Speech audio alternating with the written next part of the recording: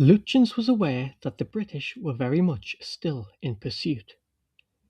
HMS Sheffield was shadowing from a distance, while Swordfish continued to mount standing patrols. Nevertheless, as the hours passed and evening approached, he must have thought that, despite their overwhelming superiority, the British had missed their chance. Bismarck was making 20 knots, her speed limited by the shortage of fuel, but the ship was still on course for Saint-Nazaire.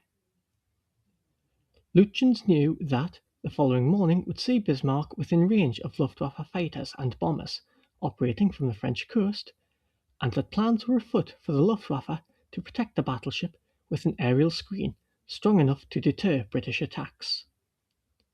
Before the morning, there was the night, and with that, darkness. Darkness meant safety. The destroyers of Vannes' 4th Destroyer Flotilla continued to battle against the sea. As their engines strained for maximum revolutions on the screws, the swell lifted their sterns, whereupon the screws thrashed impotently, rudders clear of the water, as the ships yawed alarmingly. Vannes was keenly aware that King George V would be without her destroyer screen, due to the latter needing to retire in order to refuel. The fact that U-boats were in the vicinity had already been broadcast to all the ships at sea. Preparations, meanwhile, were well underway aboard Ark Royal for another airstrike. Many of those aboard the aircraft carrier had been expecting that a second strike would be launched, even if the first one had been successful.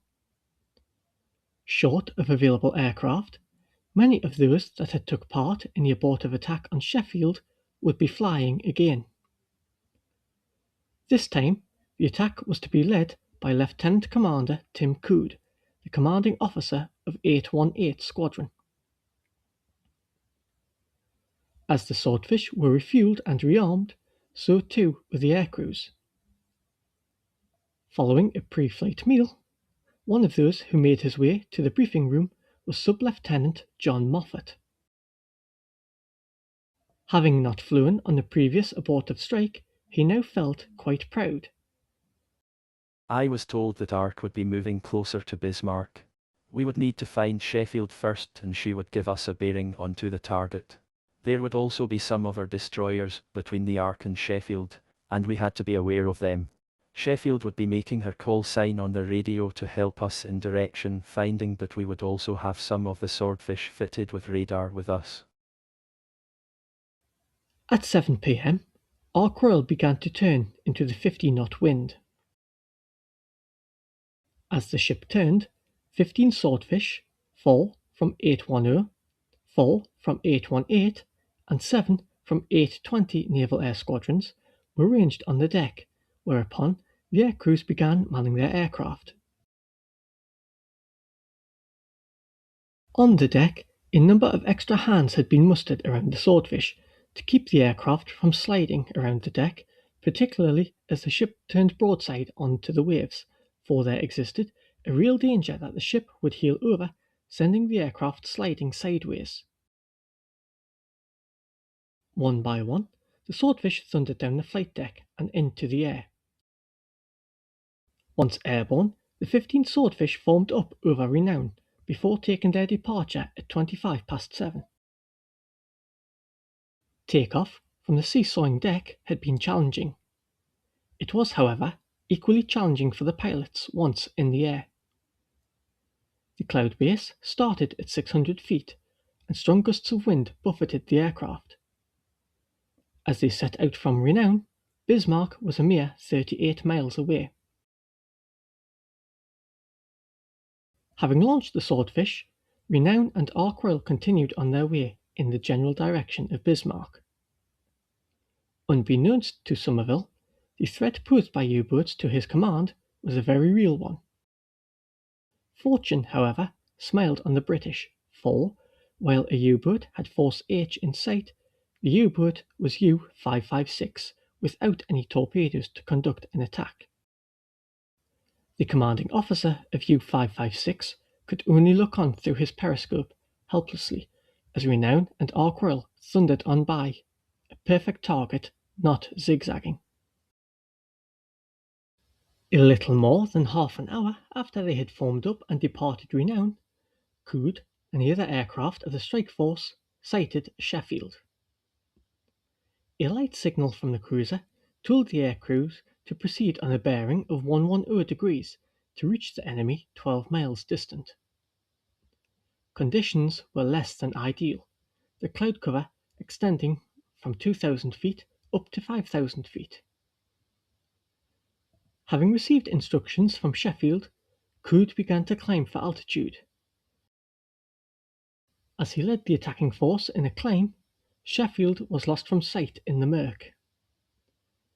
The strike force was forced to orbit the area, slowly decreasing altitude as they looked for a break in the clouds to relocate the cruiser.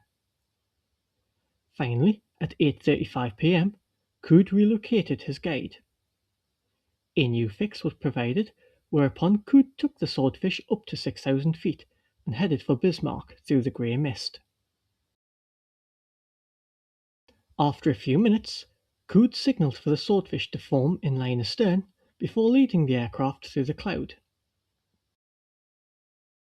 The strike force tried to descend together, but the density of the cloud was such that it was impossible to maintain formation. As he broke through the cloud base, Coode found that he was 4 miles ahead and leeward of the target.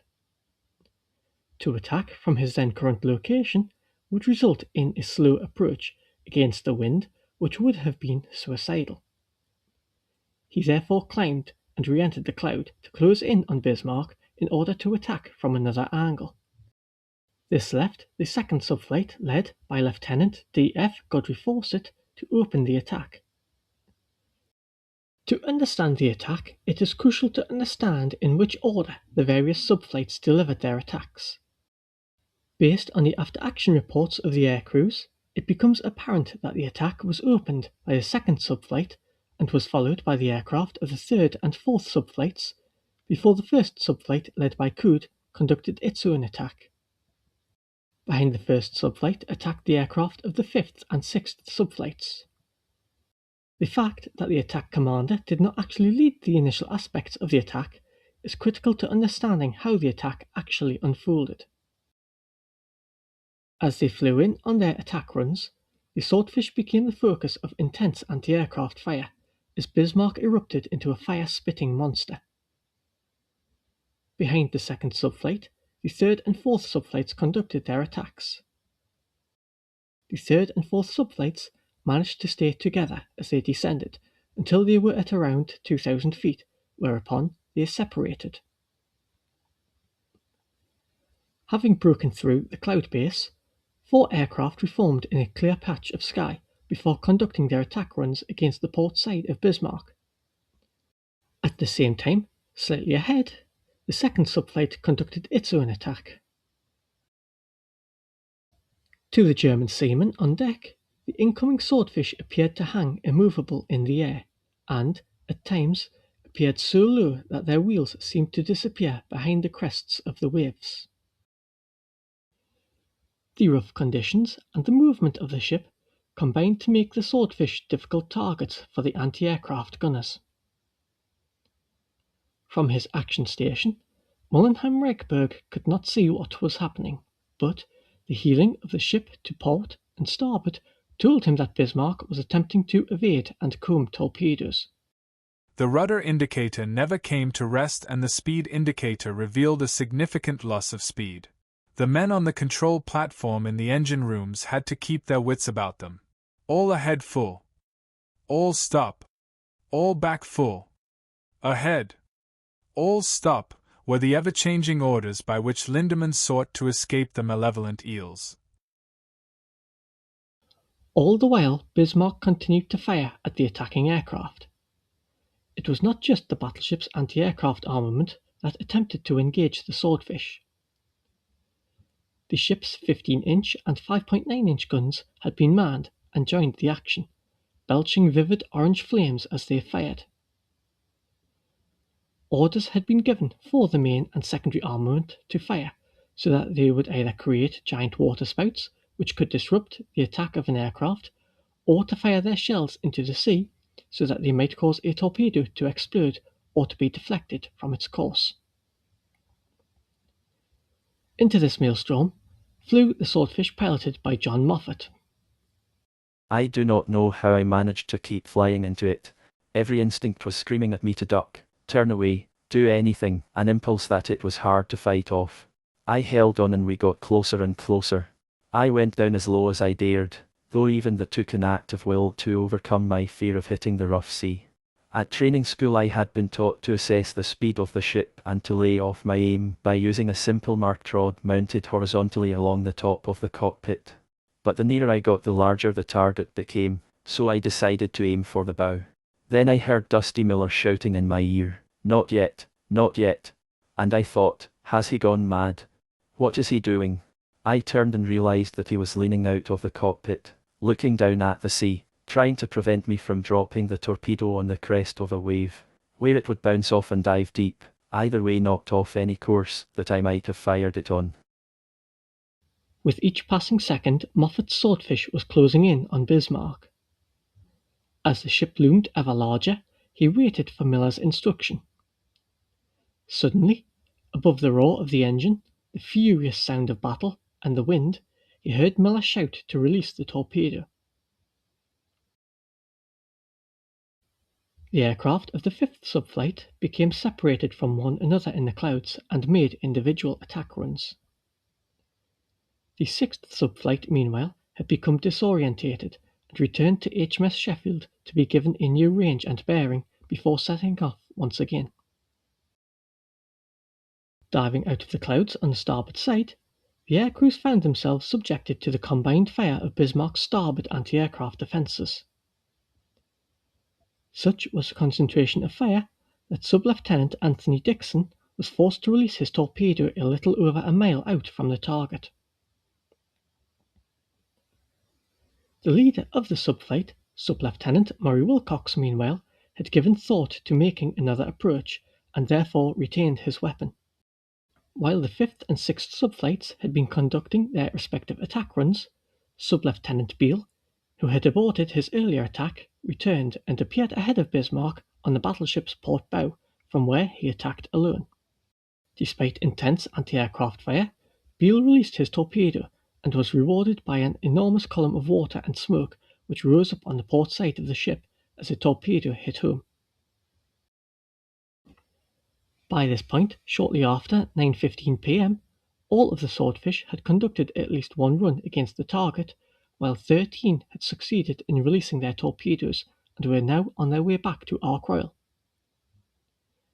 2 of the Swordfish ultimately broke off their attack when faced with the full brunt of Bismarck's anti-aircraft fire, deciding that to attack alone would be suicidal. By 9:25 p.m, the attack was over. The 6 subflights had conducted their attacks in 3 waves. Out of the first wave, 3, possibly 4 torpedoes missed. One hit was scored amidships on the port side by the first wave, and a possible second torpedo may have struck the same spot moments after the first. However, no serious damage was caused, as the torpedo struck Bismarck's thick armoured belt. All of the torpedoes from the second wave missed their target, leaving just the third wave. In the final wave of attacking aircraft, 3 attacked from port, while 2 attacked from starboard. 4 of the torpedoes missed. 1 was fired in a textbook manner, 2 ship lengths ahead of Bismarck at a range of approximately 800 yards. Just as he had done several times before, Lindemann ordered a hard turn to port, trying to comb the oncoming torpedo. If she had remained on course, the torpedo would have struck Bismarck amidships on her impervious armoured belt. Instead, the torpedo struck her stern, jamming the rudder angled at 12 degrees to port. Water flooded into the battleship's steering compartment, making it hard for the damage control teams to assess the damage. Confusion exists over which aircraft actually launched the torpedo which hit the stern. One pilot, Lieutenant Owen Smith, saw a column of water rise over the stern on the starboard side. The decisive hit is often credited to Sub-Lieutenant Moffat, who attacked from port. As soon as they had launched their torpedoes, the pilots turned the Swordfish away. This is one of the reasons why the identity of the successful aircraft remains unclear. Against the odds, a torpedo had struck Bismarck in the rudder, jamming it at an angle of 12 degrees. As Mullenham-Reichberg recalled, "My heart sank. I glanced at the rudder indicator. It showed left 12 degrees. Did that just happen to be the correct reading at that moment? No. It did not change. It stayed at left 12 degrees. Our increasing list to starboard told us that we were in a continuous turn." As she turned, Bismarck slowed as speed bled away. As the Swordfish had flown in and conducted their attacks, Van's 4th Destroyer Flotilla had been loitering at a safe distance, the crews watching the attack unfold. Visibility was deteriorating ever more rapidly as the Swordfish returned to Ark Royal, which was sending out a radio homing beacon. As the Swordfish came into land and made their final approaches, the pilots were confronted by a flight deck that was still seesawing.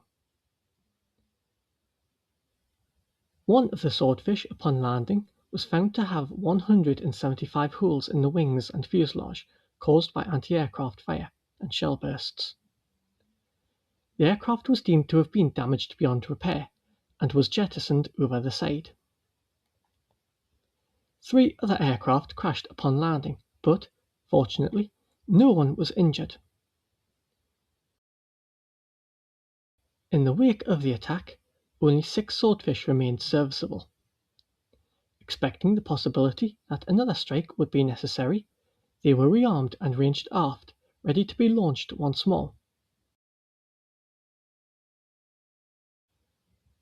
Having landed back aboard Ark Royal, the airmen clambered out of their cockpits, exhausted and lightheaded from both fatigue and adrenaline.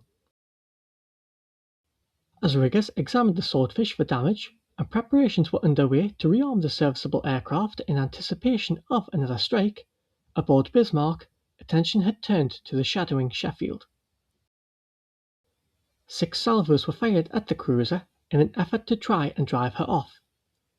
The first 15-inch shells fell approximately 3 miles from Sheffield. The second salvo straddled the cruiser, with 2 shells landing 40 yards off the starboard beam, where they exploded upon contact with the water. Some of the shells from the other salvos landed even closer, filling the air with fragments and shell splinters. Peppered by some of the shell splinters, Sheffield promptly turned away at high speed, laying a smokescreen to mask her retreat. While no hits were scored on Sheffield, the ship sustained casualties, particularly among the anti-aircraft gun crews. In all, 12 men were injured, 3 of whom, Ordinary Seaman David George, Able Seaman Ambrose Link, and Able Seaman Raymond Taylor, would later die of their wounds.